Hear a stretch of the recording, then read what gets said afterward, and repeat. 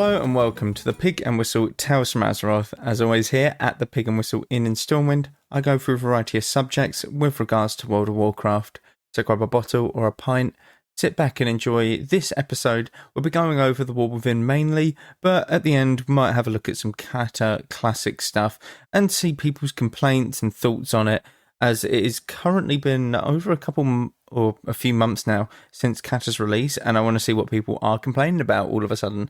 But we will start off with the weekly news, as always.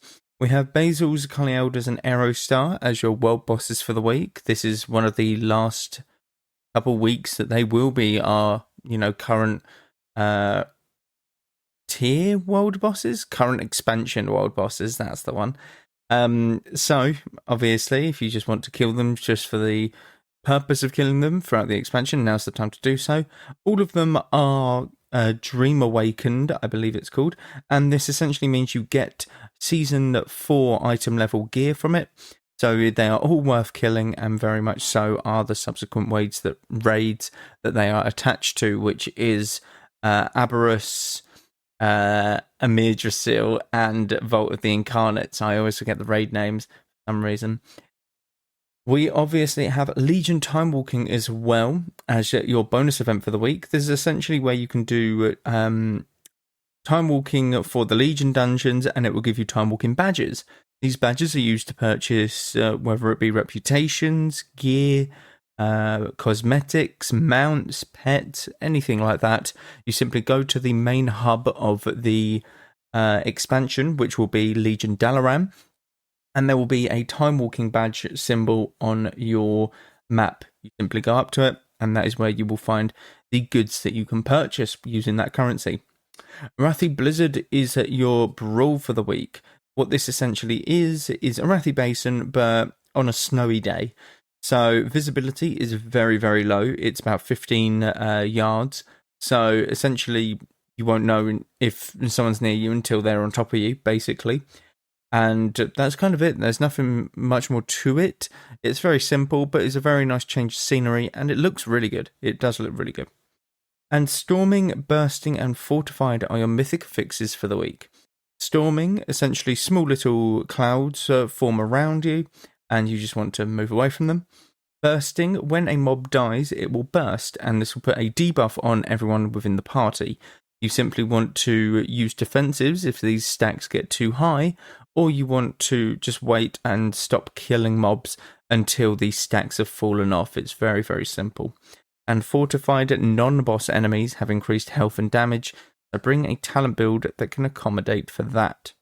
So, what I want to start off with, now we don't really cover a lot of the movie pieces that WoW do, but with it being a new expansion, there is a lot of hype around potentially new WoW videos, and these videos cropping up on YouTube. You'll know some of these. They are the sort of Harbingers, or the Warbringers, or anything like that, the Lords of War series. So for those unaware, World of Warcraft, since Warlords of Draenor, I'm trying to think if they had any for Dragonflight. They did have some for Dragonflight. So since Warlords of Draenor, Warcraft or Blizzard have been releasing these sort of videos, and these videos essentially focus on one person within the expansion. So for Warlords of Draenor, it was all of the clan leaders. So you had Kilrog as the Shattered Hand clan, you had Gromosh, you had Blackhand, you had Ner'zhul, you had all of these different, leaders of these different clans, and these videos went over them, okay? With, let's say, Shadowlands as being one of the more memorable ones for myself, you had Uther, you had, oh my god, who was the other? Draka, and Revendreth one, the Revendreth, cinematic, which was kind of Denathrius's cinematic. The best one ever being Jaina Warbringer, by the way. You should definitely look that one up, that's amazing. But we finally got our first look at the newest expansion cinematic, and they are called the Threads of Destiny, I believe. This one revolves around the Nerubians, and more specifically, Xalatath and the Azkahet sort of zone, and the final boss of the first raid tier of the War Within. And there's about a 5 to 6 minute video. It's somewhere in between that. And it goes over how they get to there, and the bargains that have been made, and all of the stuff that happens. It's really good. The art style of these sort of cinematics are really, really good. They're very, very they're just something to behold, really. All of them. Ever since the Warlords of Draenor one, it's been so well received, and these are to hype up the expansion. And this one's doing really well. I think that this one is up there with potentially some of the better ones, but it's the only problem that we have with it is that it's a character that we don't necessarily know.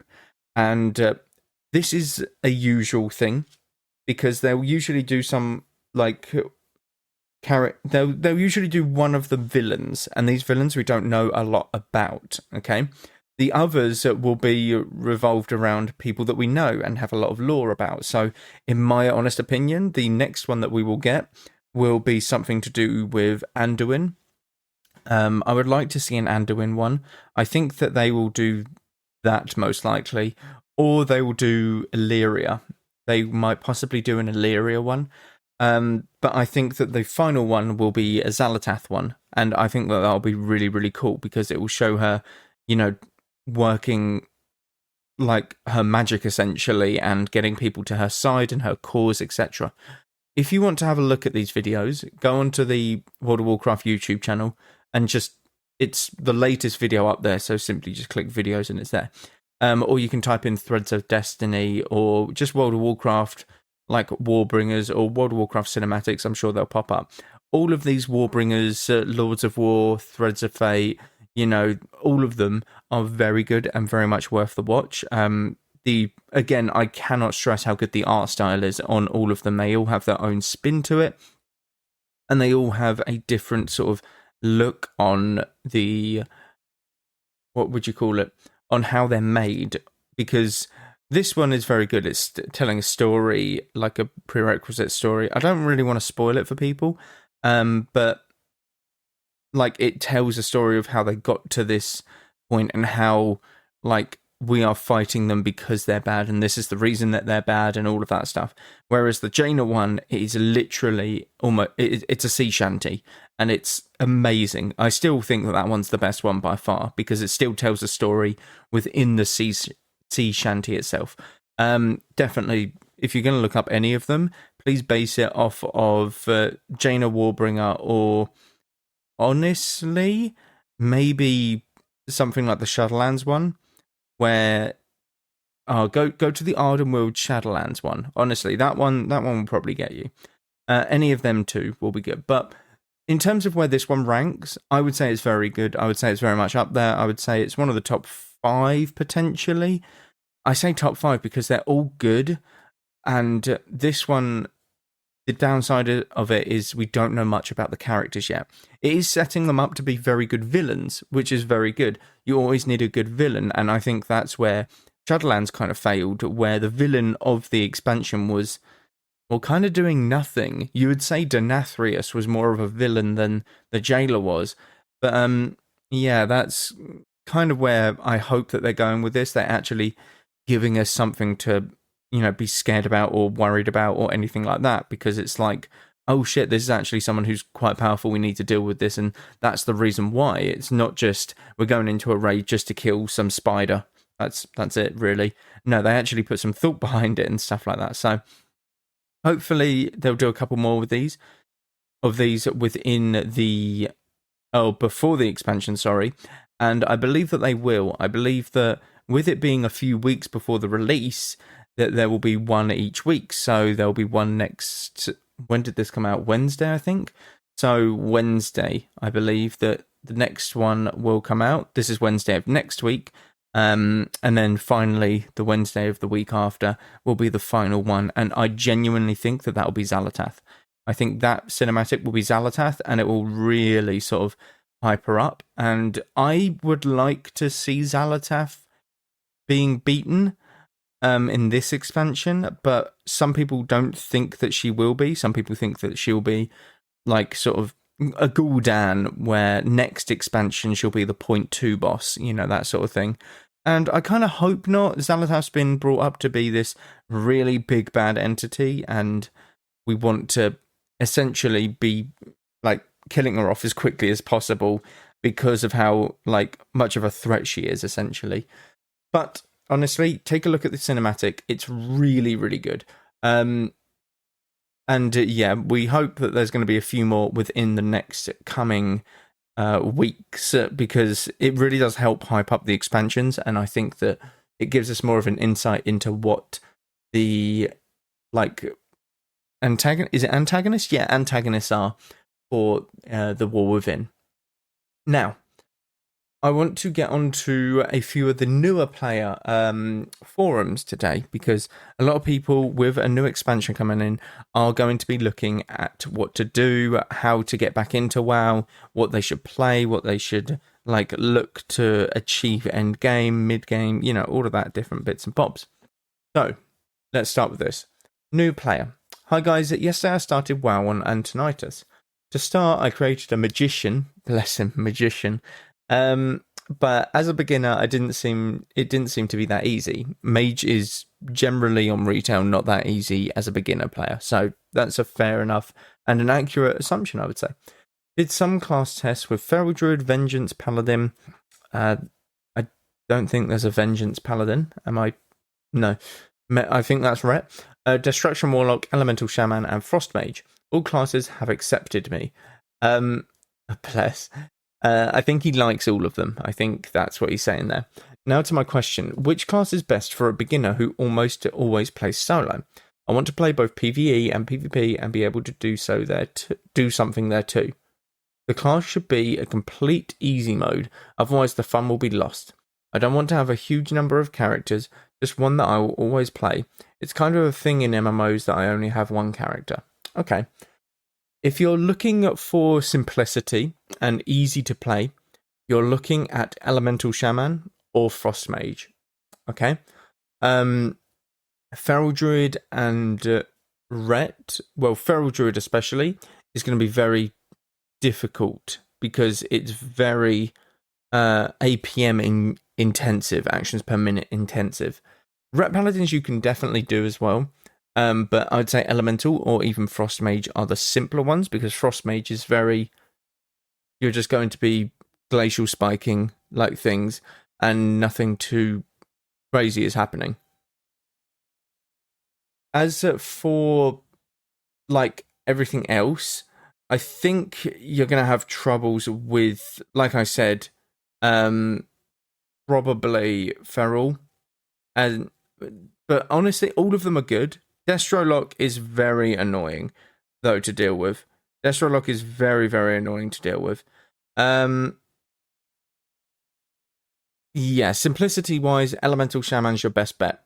If you had to pick one out of that, Elemental Shaman is definitely your best bet, because it is simply put Flame Shock on everything, and then you get Lava Burst procs. Now, that's for PvP. For PvE, I think it's a bit different. I don't think it's quite the same, but I'm pretty sure it is for the most part. As for everything else, please do try out a few other bits and bobs. Now, if you're looking at simplicity's sake, you want BM Hunters. BM Hunters or MM Hunters are very, very simple. They do a lot of damage, and they can be picked up relatively easily, especially BM.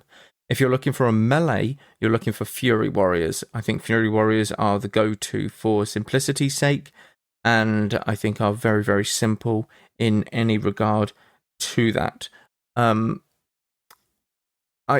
If you are looking to only play one class, fair enough to you. I would recommend playing more classes to get a feel for it if you want to do PvP to help you improve. But honestly, play however you want. And if it's only a thing that you have one sort of class in an MMO, fair play, all the power to you, and I hope that you do really well with it. But if you're looking at complex classes, on the other hand, you are looking at sort of arcane mage. You're looking at demonology warlocks, probably more on the side of boomkins as well.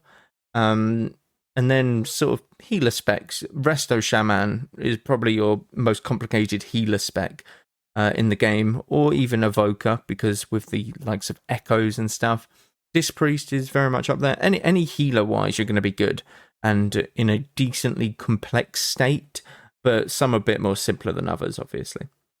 Now, as for the next forum page, we have a healer question. And this healer question is very much, hi there. I'm mostly AFK since mid-Shadowlands and until now pre-patched to the War Within. However, I remember that I used to do some healer mostly suited to raids. And another one mostly suited for Mythic Plus, Druids, for mobility, etc. That being said, I know that every patch can change things. I wonder how things... I wonder how these 4 healers would be play/rank when it comes to raiding and Mythic Plus content. Priest, Evoker, Shaman, and Paladin. These are probably the ones that he plays. But Mythic Plus, I don't have the greatest of knowledge. I do have to say that. For purposes of this, I will try and give my best assumption at this. I think currently Shaman is one of the worst. I'm pretty sure Paladin might be 3rd. I think Evoker might be 1st. I would say it's Evoker, Priest, Paladin, Shaman, like from first to last.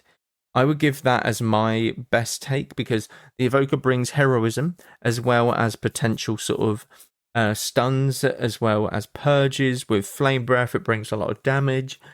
Priest can do the same. Holy Priest can very much do the same with the purges, with the big healing outputs, big cooldowns as well from priests.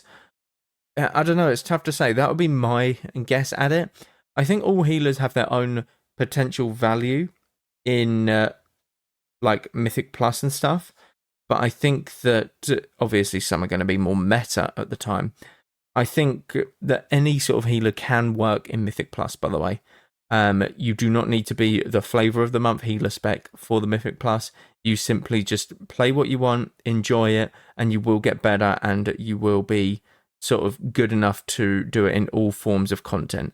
But I think if you're looking at any sort of Mythic Plus, you're looking at Druid as the best one out of everything, if I'm not mistaken. Because I think Druids just have the speed boost, the damage, they have the like hots as well. I think you're looking at Druid as one of the best potential Mythic Plus healers. But again, everything can change during patches. And finally, I want to end on this one. How to start play PvP after 10 years delay. I have a level 70 character and that's all. I don't even know how to start to do something related to PvP. I need 512 item level to be able to go into ranked battlegrounds. But for the unranked battleground queue is too long, almost 20 mins. Could you help me with it? Okay. With regards to PvP gear, you can buy PvP gear off the auction house that is a sort of stepping stone into the rated battlegrounds sessions or season or whatever you might think. This PvP item level will go up to, I think it's around 512 item level, if I'm not mistaken. And it's very cheap on the auction. Now, some pieces might be a bit more expensive because of the stats that they get. So you're very much going to want to, if you have to give up like 200k gold to buy like one piece, don't do that. Just simply buy an off piece with, not your optimal stats, and you'll change it out for honor gear in no time. As for getting back into PvP, I do recommend that you start with just normal battlegrounds because it allows you to notice abilities that are happening within the game. So if you haven't played for a while, you might notice might notice what Final Reckoning is from a Retribution Paladin, or Fury of a Loon, or Ultimate Penitence from a Disc Priest now. You might not realise what a Spirit Link Totem is, or anything along them lines. So the battlegrounds will help you get the knowledge that you need, as well as a little bit of honour and gear.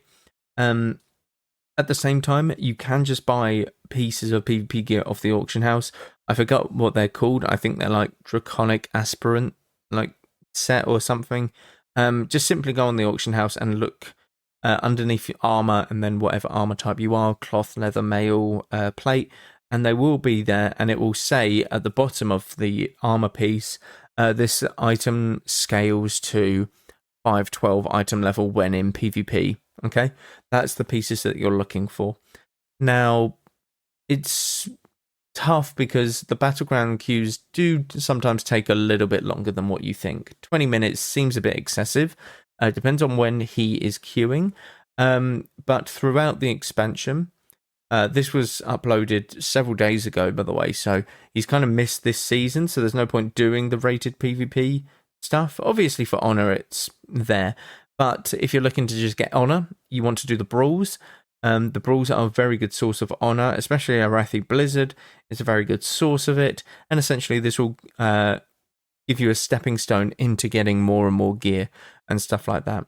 But for newer PvPers, please do try some Battlegrounds as and when you can, because noticing abilities is very important if you're looking to push or be more effective at PvP as a whole, essentially. But there is where I'll end it for this episode. Sorry, this is a bit of a shorter one than usual. Do check out all of the socials and stuff down below. Please check out the shop that is recently opened. Sell multiple things on there. Recently put up a sort of dice tower for D&D lovers. We have dark portals up there. We have shaman totems. We have a whole plethora of sort of things going up there every day. So please do check it out at the very least. Please, if you want any sort of recommendations, or want to critique the show or praise it, give any feedback, there is also that option down below as well that you can do so. But thank you all very much for listening. Take care and go with Valor, friend. Goodbye all.